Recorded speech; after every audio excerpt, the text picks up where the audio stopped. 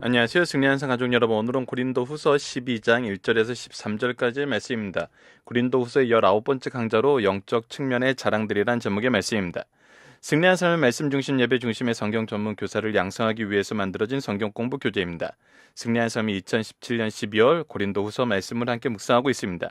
승리한 삶을 발행이신 박유일 목사님의 구속사로 조망한 성경 연수 강의집을 통해서 편집되었고요.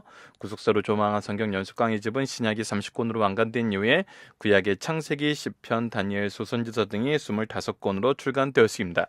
앞으로 창세기 이후에 모세 오경과 이제 역사서 또 예언서 등에 남아 있습니다. 이 부분들을 저희들이 끝까지 완성할 수 있도록 박유일 목사님 이것을 완간할 수 있도록 여러분들의 기도와 협력 부탁드리겠습니다. 저희들 주일날 업로드되는 고린도후서 위크스터디를 통해서 고린도후서 전체의 구조를 보고 있고요. 구조의 내용으로 우리가 지난주에 살펴봤던 내용은 무엇이냐면 바로 참된 스승과 거짓 스승의 기준이었고, 이 기준으로서 우리가 삶을 바로 봐야 됨을, 또 우리의 리더들에 대해서 또 우리가 어떻게 리더들을 대할지에 대해서 이 여러 가지 면에서 우리가 이 기준을 확실하게 세우고 분별할 수 있음을 가르쳐 주었습니다. 그리고 오늘 말씀에서는 좀 더 이 부분이 세분화되어서 실제로 은혜 가운데 있는 사람들이, 실제로 자랑할 것이 있는 사람들이 그 자랑을 할 때 얼마나 주의해야 되는지, 이 부분에 대해서도 우리가 볼 수 있는 부분이 오늘 말씀에 나타납니다. 자, 저희들이 이러한 내용을 가지고 항상 말씀을 보는 데는 구속사적인 관점, 언약 신학적인 관점을 통해서 본다는 것을 여러 차례 강조를 했습니다. 우리가 내년서부터 이제 약간 편집 내용이 추가된 것도 있고 이제 변경된 것도 있습니다. 이 변경된 것을 통해서 여러분들이 현장에서, 목회 현장에서, 교육 현장에서 또 여러분들의 개개인이 신앙생활을 할 때 이 부분을 좀 더 잘 적응할 수 있도록 편집이 되어 있습니다. 그래서 내년도에서 달라진 것은 저희들이 내년 스케줄과 함께 1년 1독 성경 읽기 스케줄을 오래전에 함께 했던 걸 다시 부활을 했습니다. 부활을 하면서도 좀 더 간략하게 볼 수 있도록 했고, 저희들이 토요일마다 업로드되는 이 말씀 읽기 주 카드를 통해서 이 매주 읽어 나가는 이 성경 1년 1독 내용 중에 우리가 언약 신학적인 관점에서 우리가 묵상하고 넘어가야 되는 말씀이 무엇인지 최소한 한 개 정도는 우리가 짚어보고 넘어가는 그런 시간을 갖기 위해서 카드로 여러분들과 이 부분을 공유할 것입니다. 이 부분을 밴드나 주로 밴드를 통해서 많이 공유하게 될 것 같아요. 그래서 추후에 저희들이 오프라인 모임을 통해서 강성성경연구원 모임이나 오프라인 다른 교육 모임을 통해서 이 부분이 좀 더 쉽고 활발하게 이루어질 수 있도록 저희들이 카톡방도 개설할 수도 있는데, 우선 카톡방이 너무 많은 정보들이 넘쳐나면은 오히려 본질적인 말씀 나누면 어려움이 있기 때문에 이 부분은 저희들이 되도록이면 밴드를 통해서 유지하겠습니다. 그래서 여러분들이 언약 신학적인 관점에서 성경 전체를 1년 동안 보면서 하나님이 주신, 우리에게 주신 말씀의 내용과 이 말씀의 성취를 성경 안에서도 어떻게 증명이 되고, 이 역사 안에서 어떻게 증명이 되고, 또 우리의 삶 속에서 어떻게 증명이 되는지 그 묵상할 수 있는 말씀을 최소 하나씩 우리가 짚고 넘어가는 시간을 가짐으로써 여러분들의 구속사적인 관점에서 성경을 보는데 조금이나마 더 도움이 되었으면 합니다. 고린도 후서 말씀도 저희들은 이 언약신학적인 관점에서 보는 것입니다. 언약신학적인 관점에서 봤을 때 항상 중요한 것은 예수님의 십자가의 부활이고, 이것을 통해서 우리에게 주어지는 생명입니다. 이것은 고린도전서 15장에서 우리가 이미 나눴던 것입니다. 이것을 가지고 우리가 이번 주 묵상을 하면서 한 해를 마무리하는 그런 의미에서 올 한 해 우리에게 주신 말씀과 기도와 찬양의 은혜를 나눠봅시다라는 이 제목을 갖고 있습니다. 특히 오늘 영적인 측면들에 대한 자랑을 보면서 우리가 이 은혜를 나눈다는 것이 이 자랑하는 것과 어떻게 다른지를 우리가 구분을 해야 돼요. 그래서 우리가 적용하기 문제에서는 좀 민감한 문제이지만 간증에 대한 부분도 살짝 다루긴 할 것입니다. 우리가 이 오늘 본문 말씀을 통해서 우리가 이 말씀이 사도 바울이 직접 체험한 말씀인데 이것을 제3자적인 입장으로 얘기하는 이유와 그렇게 자신의 경험을 드러내는 그 신학적인 의미, 역사적인 의미를 통해서 봄으로써 우리가 은혜를 나눈다는 것을 이 아주 사소하리라 만큼 아주 잘못 들어서도 이것이 자기 자랑이 되고 자기 영광이 되고 또 잘못된 전통을 세워나가는 그런 오용될 가능성이 굉장히 많기 때문에 우리가 이 은혜를 나눈다는 측면, 이 자랑이 은혜를 나눈다는 측면에서 어떻게 적용돼야 되는지 오늘 본문 말씀을 통해서 우리가 조금 더 심도 있게 보고 이것을 적용하기를 통해서 각자가 다시 한번 묵상해 보는 시간을 가졌으면 합니다. 자, 오늘 말씀은 굉장히 놀라운 말씀입니다.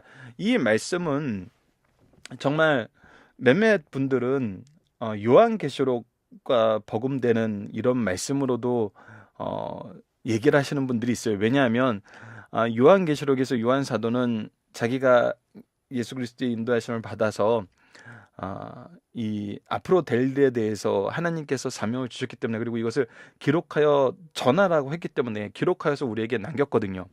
그래서 이것을 이제 사도 요한이 받은 독특한 그런 하나님의 은혜라고 보고 있는데, 오늘 본문 말씀을 보면은 이 은혜가 이제 사도 바울에게도 있었구나라고 이렇게 생각을 하고, 이 사도 바울의 이 삶 전체를 이제 이 내용 하나로 봄으로써 더 이렇게 크게 의미를 부여하고 더 크게 확대시켜서 결국에는 어떤 말이 나오게까지 만들었냐면, 기독교는 바울 정교다. 그래서 바울이 이 기독교의 창시자다라고 얘기할 정도로 지금 얘기가 나오게 되고 있죠. 물론 그 의미를 여러 가지 면에서 다양하게 해석하고 이것이 또한 옳은 해석은 아니죠. 하지만 그 안에 있는 여러 가지 중요한 의미에 대해서는 사람들이 얘기하는 측면이 다양하기 때문에 우리가 그것이 옳다 그르다 이런 논쟁으로 싸우는 것은 옳지 않아요. 하지만 오늘 본문 말씀을 적어서 우리에게 남기는 것이 과연 이런 논쟁을 일으키기 위해서 나온 것인지, 오히려 그것이 아니라 다른 내용을 우리에게 전하는지, 그 말씀이 전하는 본질적인 내용은 우리가 바로 짚고 넘어가야 될 필요가 있다는 것이죠. 그래서 이 말씀은 다양하게 소개되면서 다양한 해석을 낳는 것도 있어요. 그렇기 때문에 우리가 더더욱 주의할 것은 무엇을 기준으로 보자? 장과 장, 절과 절, 말씀 전체의 내용을 통해서 이 부분이 가지고 있는 의미를 보자. 그렇다면 우리는 지금 이 내용을 계속 무엇을 구분하는 것으로 보고 있어요? 사도 바울의 사도성을 분명히 드러내는과 동시에, 사도 바울의 사도성을 드러낸다는 것 자체가 무엇이었냐면 그를 통해서 하나님이 역사하신다는 그 증거를 보는과 동시에 거짓 선생들을 구분할 수 있는 기준이었어요. 그렇다면 오늘 말씀은 어떻게 거짓 선생들을 구분하느냐라는 내용보다는, 왜냐하면 사도 바울 자신의 얘기처럼 보이는 내용들로 가득 차 있기 때문에, 그래서 이것은 구분하는 것을 이제 한 단계 더 넘어가서 우리가 이런 사역과 이런 은혜 속에 있을 때 이것을 어떻게 나누는 것이 좋으냐라는 부분까지 우리가 어떻게 얼미를 하면 이런 부분을 보여주는 말씀으로 보는 것이 더 바르게 적용할 수 있는 것이 아닌가. 그래서 이것은 사도 바울이 높다, 사도 요한이 높다 이런 것과 전혀 상관없고, 이런 논쟁이야말로 이미 고린도 전서 말씀을 통해서 우리가 얼마나 소모되고 잘못된 논쟁임을 봤기 때문에 말씀과 말씀이 연결되면서 우리에게 이 말씀이 어떻게 소개되는지를 보고, 이 말씀이 이제 12장 후반부 말씀과 13장 말씀으로 어떻게 연결되는지를 보는 관점에서 오늘 본문 말씀을 보도록 하겠습니다. 자, 무익하나마, 지금 부득불 자랑하노니, 자, 분명한 것은 뭐냐면 자랑 자체가 무익해요. 근데 부득불 자랑한다는 것은 우리가 지금까지 고린도 후서 12장 내용으로 계속 연결되면서 나타났던 건 뭐예요? 연약한 자들이 분별할 수 있도록 하기 위해서 거짓 선생들이 자꾸 이것을 가지고 하는 일이 무엇이냐면 미혹해 하는 거였어요. 유혹하게 하는 거였어요. 근데 안타깝게 또 미혹하게 하고 유혹하는 것에 계속 넘어가요. 그렇기 때문에 미혹되고 유혹된 자들에게 바른 이해를 주기 위해 부득불 자랑할 수밖에 없어요. 그러면서 무엇을 얘기하냐면 하나님의 일하심, 하나님의 계획하심 속에서 자신을 어떻게 쓰셨는지를, 그 고난까지도 하나님께서 역사하신 것이었고 그 안에서 어떻게 승리하게 하셨는지를 보여주면서 그 다음에는 이제 무엇으로 넘어가요? 예, 주의 환상과 계시를 말하리라. 그러면서 하나님이 그에게 주신 정말 하늘나라의 모습, 우리에게 주시고자 하시는 그 복음을 통해서 얻게 되는 그 미래의 삶의, 미래의 소망에 대한 이 확실한 모습을 얘기한다고 얘기해요. 그런데 이때 얘기할 때 어떻게 얘기하냐면, 내가 그리스도 안에 있는 한 사람을 아노니, 그러면서 지금까지는 자기 이야기로 얘기했어요. 자기 이야기를. 내가 이런 고난도 받고 이런 고난도 받고 정말 유대인들에게, 이방인들에게 이렇게 얼마나 그것을 당해왔는지를 얘기를 했는데, 지금은 이것을 제3자적으로 전해요. 내가 그리스도 안에 있는 한 사람을 아노니, 그리스도 안에서 하나님의 은혜 가운데, 주님의 은혜 가운데서 살았던 한 사람, 그 사람은 안 돼. 그는 14년 전에 셋째 하늘에 이끌렸던 사람. 셋째 하늘이란 것은 바로 하나님이 계시는 그 하늘을 얘기해요. 그가 몸 안에 있었는지 몸 밖에 있었는지 나는 모르거니와 하나님은 아시느니라. 그래서 이것이 실제로 몸이 함께 간 것인지 아니면 그의 영혼만 하나님께서 인도하셔서 환상 중에 보여주신 것인지, 그것은 우리가 알 수 없다는 거예요. 그건 중요한 것이 아니란 거예요. 그것은 하나님이 아시는 거라는 거예요.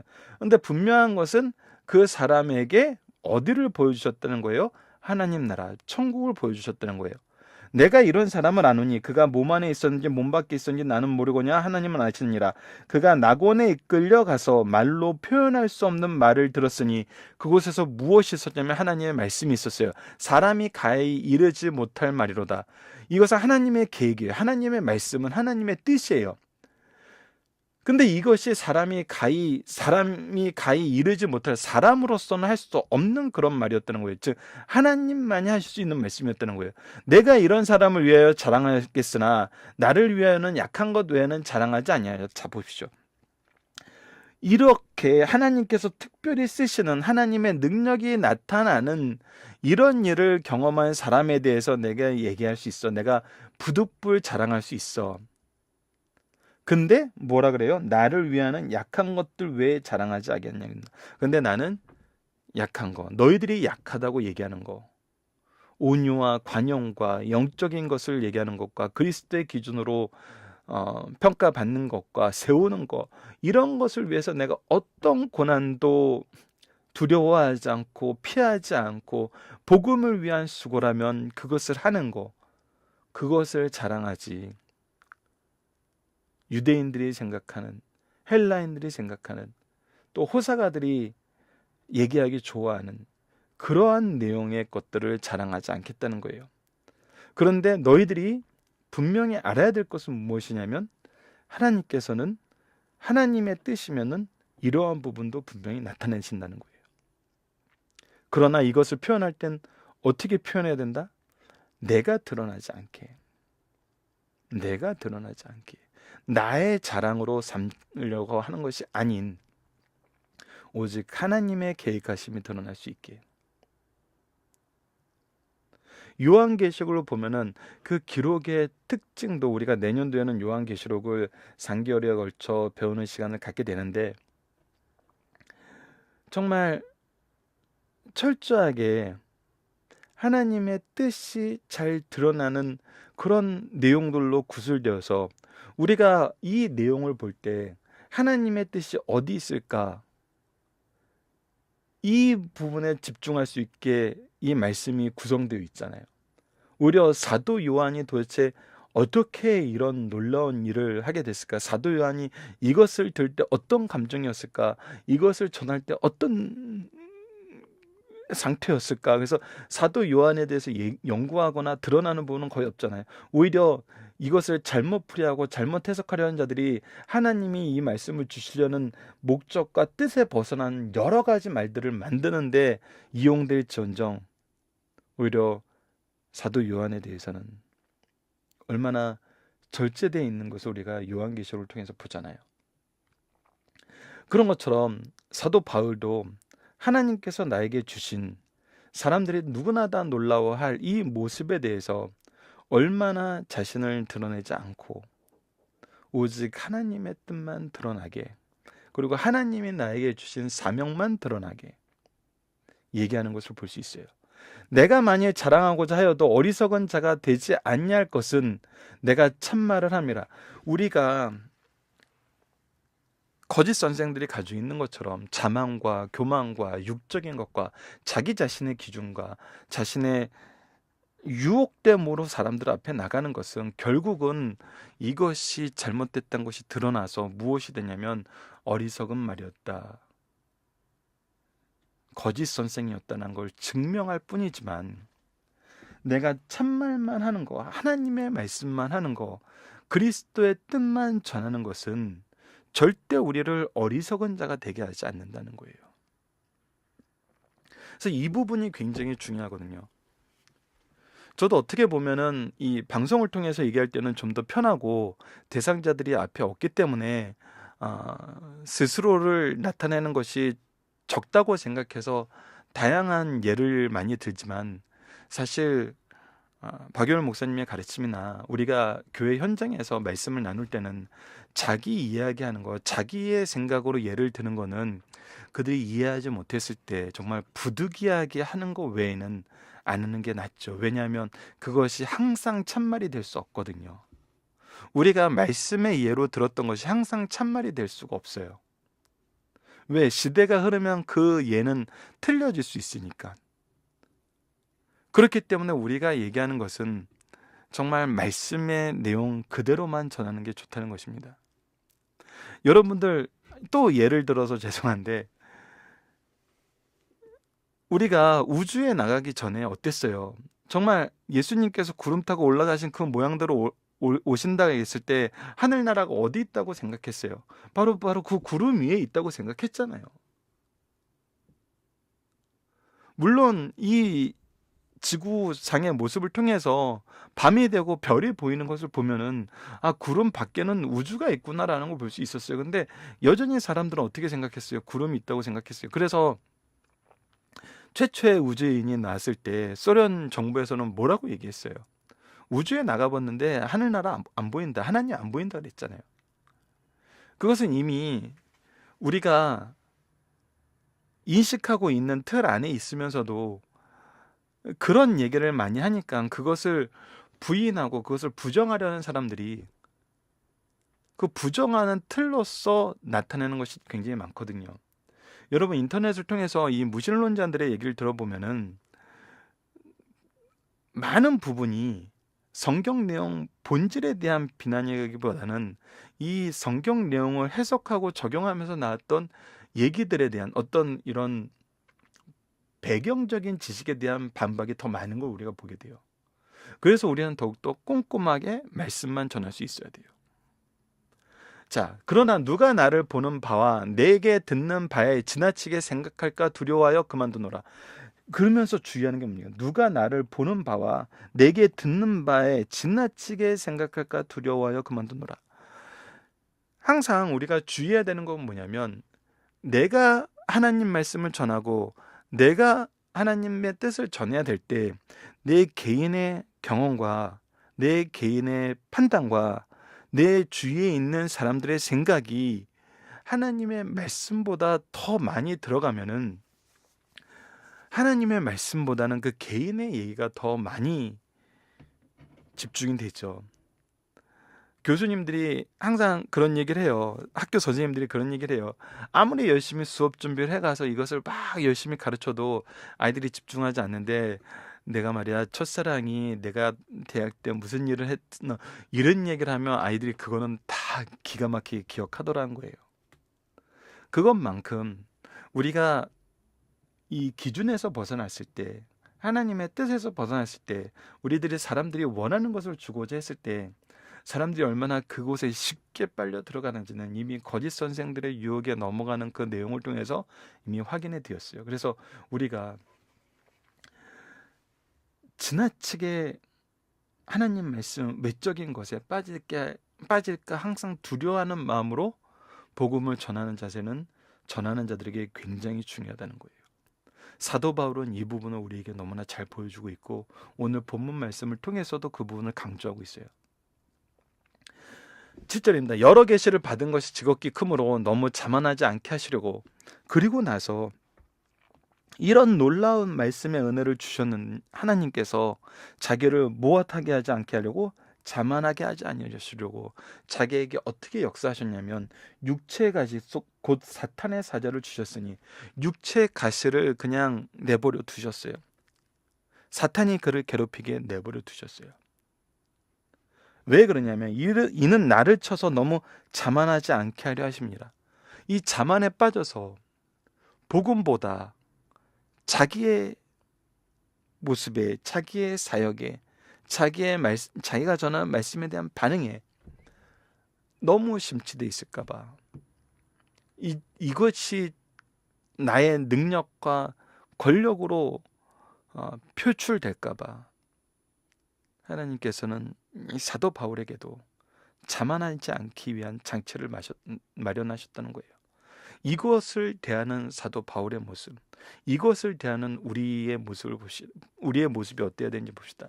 이것이 내게서 떠나가기 위하여 내가 3번 주께 간구하였더니, 이를 위해서 깊이 있게 3번 간구하였지만 주님의 대답은 뭐였어요? 나에게 이르시기를 내 은혜가 내게 족하도다.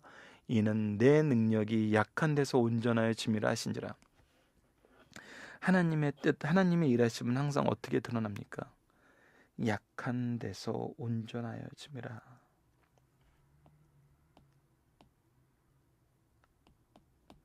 여러분, 놀라운 것은 하나님이 이 방법을 바꾸시지 않으신다는 거예요. 왜? 하나님은 복음이 확산되기를 원하지, 우리의 능력이 확산되고 우리의 자랑이 확산되고 우리의 잘됨이 확산되기를 바라지 않아요.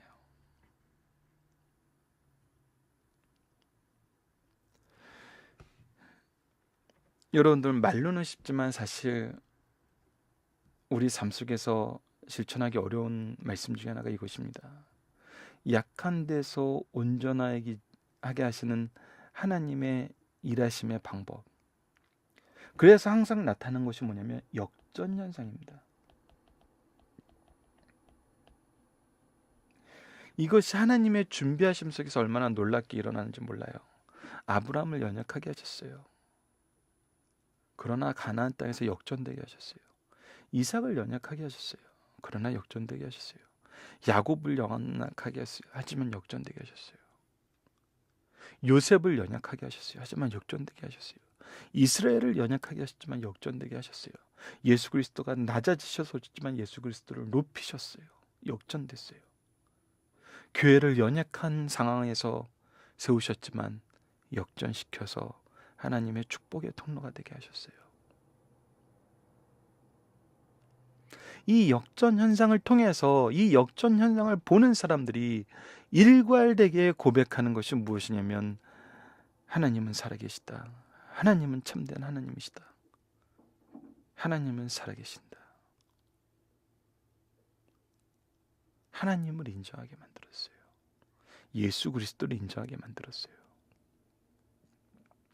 그래서 우리가 연약한 데에서 부르심 속에 있을 때 우리는 무엇을 기대하고 무엇을 확신하게 되냐면 승리를 확신하게 된다는 것입니다. 그래서 약한 데서 온전해진 것, 내게 족하다는 이 음성을 들었을 때, 그러므로 도리어 크게 기뻐함으로 우리에게 무엇이 넘쳐요? 기쁨이 넘쳐요. 우리의 연약함 속에 우리가 사명을 받고 이 사명을 감당하는 것이 우리로 하여금 무엇이 넘치게 만드냐면 기쁨이 넘치게 하신다는 거예요. 나의 여러 약한 것들에 대하여 자랑하리니 이는 그리스도의 능력이 내게 머물게 하려 함이니라. 예, 우리에게 중요한 것은 바로 이거거든요. 그리스도의 능력이 내게 머무는 바로 이거거든요.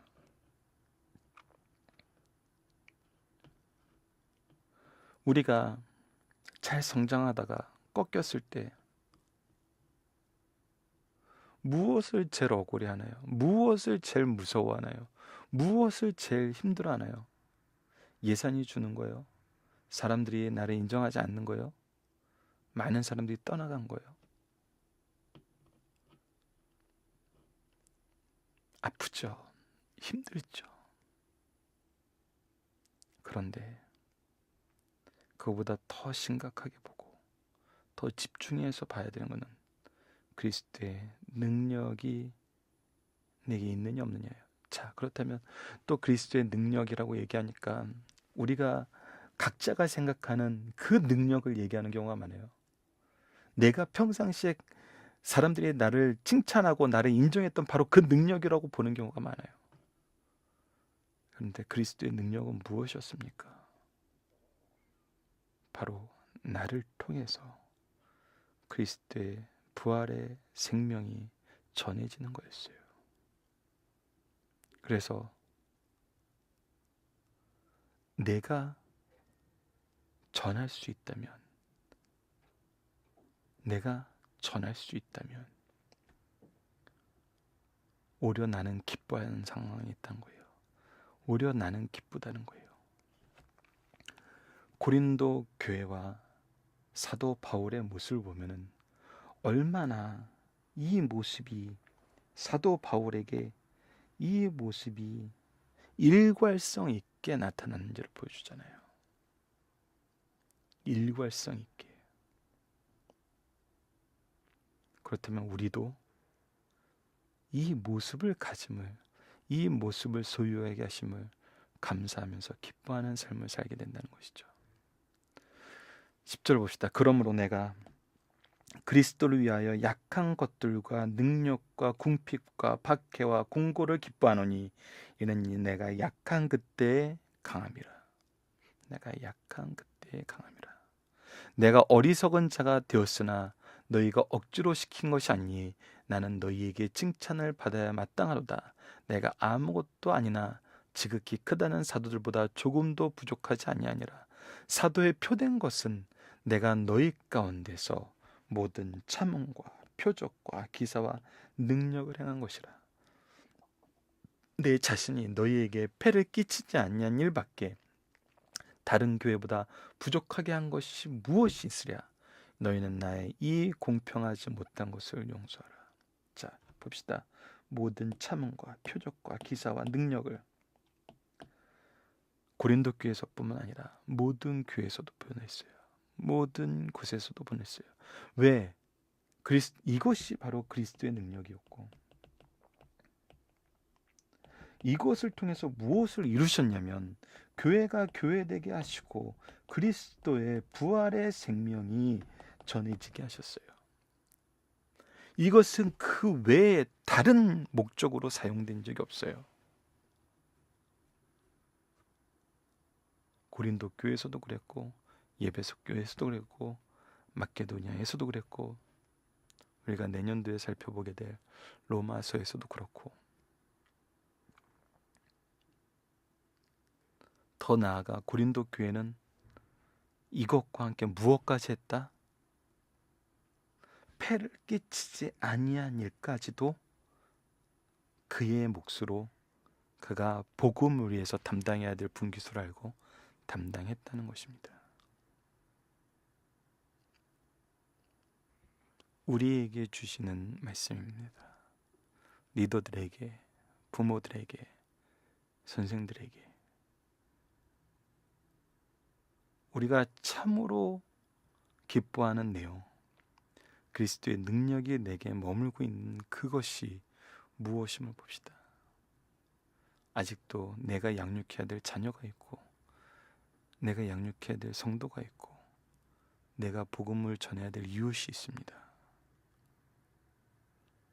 여전히 그리스도의 능력은 나를 붙잡고 나를 인도하시고 나를 통해서 일하기를 하나님은 원하십니다. 우리가 이 말씀을 가지고 승리하는 항상 가족 여러분들 되었으면 합니다. 자, 본문 묵상하기를 보도록 하겠습니다. 사도 바울이 셋째 하늘에 대해서 경험을 제3자로 설명한 이유는 무엇일까요? 이것이 자기 자랑이 되지 않기 위한 거예요. 나를 드러내는 것으로 표현되기 원치 않은 것이죠. 이번에서도 그 질문의 내용은 연결됩니다. 사도 바울의 자랑하는 내용과 방법, 그 이유는 무엇입니까? 6절을 봅시다. 내가 만일 자랑하고자 하여도 어리석은 자가 되지 아니할 것은 내가 참말 아닙니다. 그러나 누가 나를 보는 바와 내게 듣는 바에 지나치게 생각할까 두려워하여 그만두노라. 예.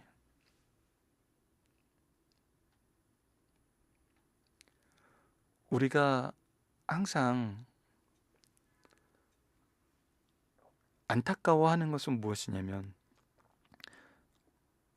리더십이 부재가 되었을 때 그 리더의 가르침이, 그 리더를 통해서 역사했던 하나님의 뜻이 더 이상 유지되지 않는 것을 볼 때 리더로서는 가장 아픈 것이라 그래요. 그런데 교회는 그런 모습이 거의 없었어요. 근데 거의 없었다는 것이 큰 틀에서 정말 교회라는, 이 하나의 교회라는, 커뮤니언 처치라는 바로 이 의미에서는 변함이 없었지만, 각각의 지역에 있는 개개의 교회가 하나님의 은혜의 이 특권을 유지하고 계승하는 데는 많은 어려움이 있었던 것이 사실입니다.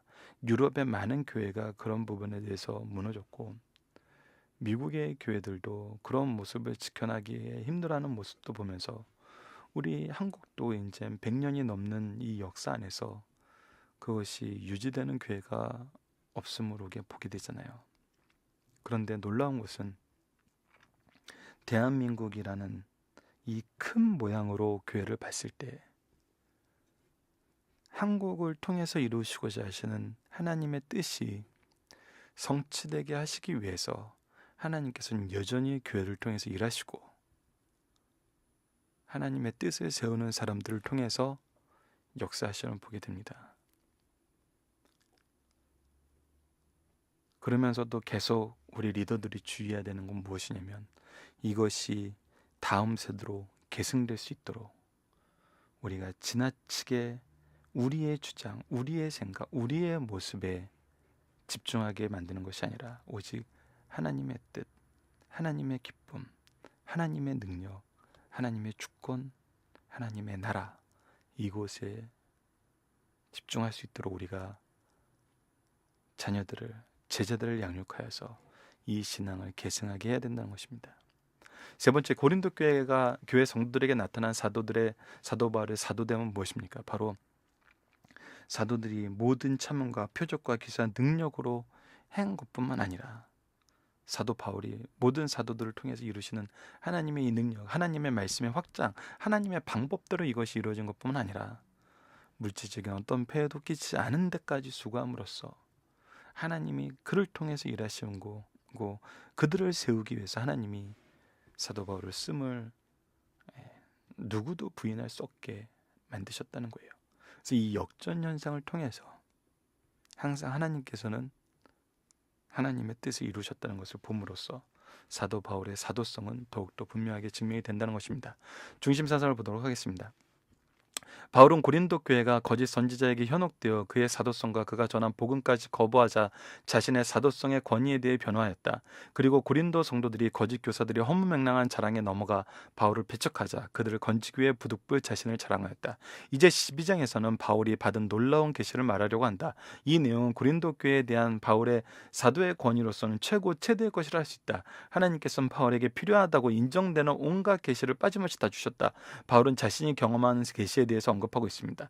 1절에서 6절은 하나님께 받은 계시의 내용을 밝히고, 7절에서 10절에서는 하나님께서 그에게 교만하지 않도록 안전장치로 주신 육체의 가시에 대해서 말하고, 11절에서 13절은 바울의 사도된 표에 대해서 세 가지로 요약해 주고 있습니다. 자, 첫 번째, 하나님은 바울에게 환상과 계시를 보여주심으로 그에게 사명을 확인시키시고 존귀케 하셨습니다. 하나님께서 바울을 사도라 부르시고 사명을 주실 때 환상을 주셨어요. 또한 사역의 방향을 마케도니아로 돌릴 때도 환상을 주셨어요. 사역이 난관에 봉착했을 때도 환상 중에 위로하셨어요. 이런 환상과 더불어 거룩한 진리를 신령한 계시로 충만히 전해주셨어요. 그리하여 하나님의 깊은 비밀의 경륜을 깨닫게 되었어요. 이 같은 진리를 총체적으로 가르친 말씀입니다.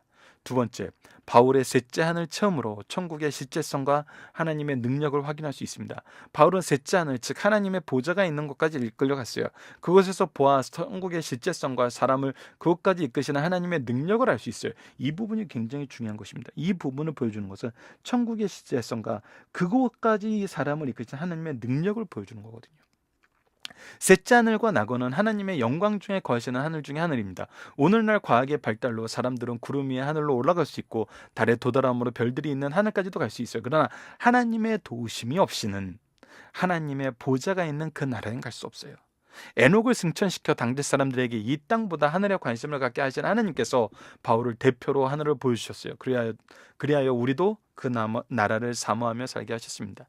세 번째, 바울은 하늘에 있는 동안 말할 수 없는 말, 사람이 감히 이르지 못할 말을 영광 중에 들었어요. 바울은 이것을 14년 동안이나 숨겨두었고 그 내용을 공개하지 않았어요. 그러나 이것을 부득불 말하면서 제3인칭을 쓴 것은 그것이 거짓으로 탄로날까 봐 두려워서가 아니라 자신을 너무 지나치게 생각할까 봐 그런 거예요. 자신이 중심이 될까 봐 두려운 거예요. 이 부분에 대해서는 현대 나타나는 모습과 분명히 차이가 있잖아요. 자기를 드러내기 위해서 이런 말씀을 계속 이용하는 사람이 있는가 하면 사도 바울은 정반대였죠. 사도시대 이후 교회시대에 바울이 경험한 것 같은 직접 계시를 주장하면서 그들도 사도와 같은 권위가 있고 그들의 말도 성경과 같은 권위가 있다고 오해할 수 있어요. 이러한 문제 때문에 오늘날에는 직접 계시를 억지시켜요. 그러나 지금도 자신의 체험을 과장하고 유인말을 하여 돌리는 자들이 있어요. 이것이 얼마나 위험한 일인가를 보여주는 말씀입니다. 이것은 오늘 본문 말씀하고 전혀 상반된 부분이죠. 자, 네 번째, 주님께서 우리의 삶을 주권적으로 통치하시고 주님께 조절하신다는 겁니다. 만일 우리가 축복만 받는다면 교만해질지 몰라요. 그래서 주님은 축복과 더불어 짐도 지게 하세요. 바울의 천국에서의 큰 체험은 지상에서 그 사역을 파멸로 이끌 수도 있어요. 하나님께서는 그의 섭리하심 속에서 그의 섭리하심 속에서 바울이 교만해지지 않도록 사단으로 하여금 바울을 치게 하세요. 그는 하늘에서 하나님의 은혜를 맛보았고 땅에서 사단의 매를 맛보았어요. 두 체험은 신자에게 늘 병행돼요. 그러므로 인간이 겪는 모든 경험은 이 땅에서 완전히 풀리지 않을 수도 있어요. 겸손히 조용히 순종하면서 사는 것이 중요합니다. 무엇을 전하는 것이 중요해요? 오직 하나님의 뜻, 하나님의 말씀만 전하는 것이 중요합니다. 마지막 다섯 번째입니다. 세상 사람들의 삶의 원리는 강한 데서 자기 뜻을 성취하나 성도는 약한 데서 온전해진다고 합니다. 성도가 경험한 삶은 신비는 자신의 능력이 약한 데서 온전해짐이고 보편적으로 모든 성도들은 병 대신 건강을 구하고 고통과 약함 대신 평안과 강함을 달라고 기도해요. 바울도 자신의 육체의 가시가 떠나기를 3번 간구했어요. 그러나 하나님께서는 성도들의 기도를 응답해 주심으로 그들의 필요를 채우기도 하시지만 어떤 때에는 몸의 질병을 그대로 두심으로 필요를 채우세요. 즉 하나님께서 병을 제거해 주시는 것이 아니라 은혜를 더하셔서 그 병이 우리에게 해가 되는 것이 아니라 오히려 우리를 위해 역사하게끔 하세요. 이것이 신비예요. 기묘한 일이에요. 원더풀한 일이죠. 하나님께서 바울에게는 어떤 설명도 없이 내 은혜가 내게 족하다라고 하셨어요. 바울은 그 말씀을 믿고 순종하여 은혜로운 삶을 살았습니다. 살펴보기 정답 여러분들 카페를 통해서 확인해 주시고요. 적용입니다. 우리가 부득불 자랑 혹은 간증할 때 주의해야 되는 점은 무엇인가요? 목적과 내용에서 일반적인 자랑과 무엇이 다르나요? 자, 주의해야 되는 점은 이것이 내 생각으로 나타나서는 안 돼요. 사도 바울이 가장 경계했던 거거든요. 그래서 내가 빠져야 돼요. 그럼 무엇이 나타나야 돼요? 하나님의 뜻이 나타나야 돼요. 그래서 목적과 내용에서 달라요. 목적은 무엇입니까? 그리스도의 생명을 전하는 거예요. 복음을 전하는 거거든요. 그럼 그것에 무엇이 있어야 돼요? 하나님의 뜻, 그리스도의 생명이 있어야 되면 당연한 거거든요. 근데 내용이 이게 없어요. 내용이 이게 없어요. 나에게 이런 것을 보여주신 하나님의 뜻이 무엇이었는지도 생각하지 않아요. 내 기준으로 보고 행하고 분석한 것만 있어요. 마치 여행기 같아요. 그래서 너희들도 여기 한번 가면 좋겠지. 나처럼 하면 너희들도 갈 수 있는데. 속된 말로 요즘 블로그를 보거나 동영상을 보는 것 같아요.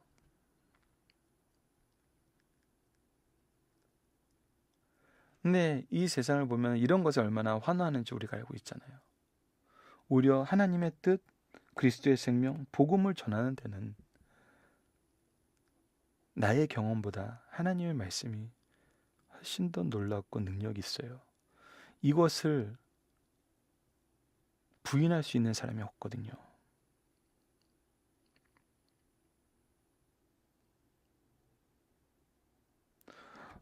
우리 중요할 만한 신앙의 스승 중에 한 분이 이런 얘기를 하셨대요. 한 성도가 제가 천국을 보게 됐대요. 하나님의 은혜로. 그런데 그 목사님을 찾아와서 머뭇머뭇거리다가 사람이 없을 때 그렇게 말씀하셨대요. 목사님, 근데 제가 본 하늘과 성경에서 기록된 하늘이 좀 다르대요. 그랬더니 그 목사님이 무릎을 딱 치시면서 당연히 그래야지.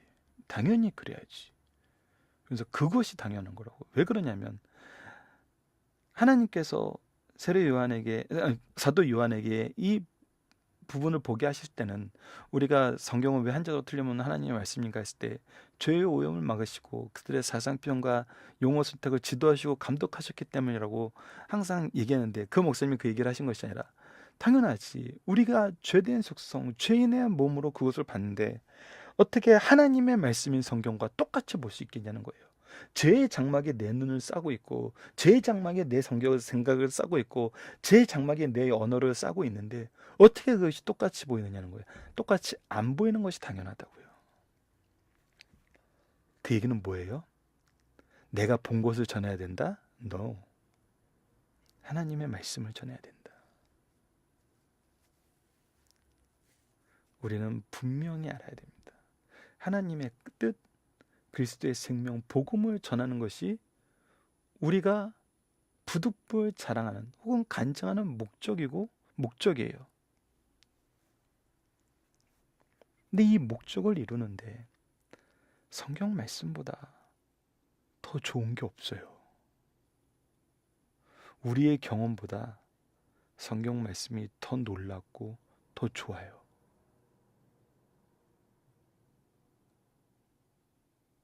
그래서 우리가 내용을 바꾸고 목적을 바꾸지 않는 이상은 무엇을 전해야 되는 것은 분명해요.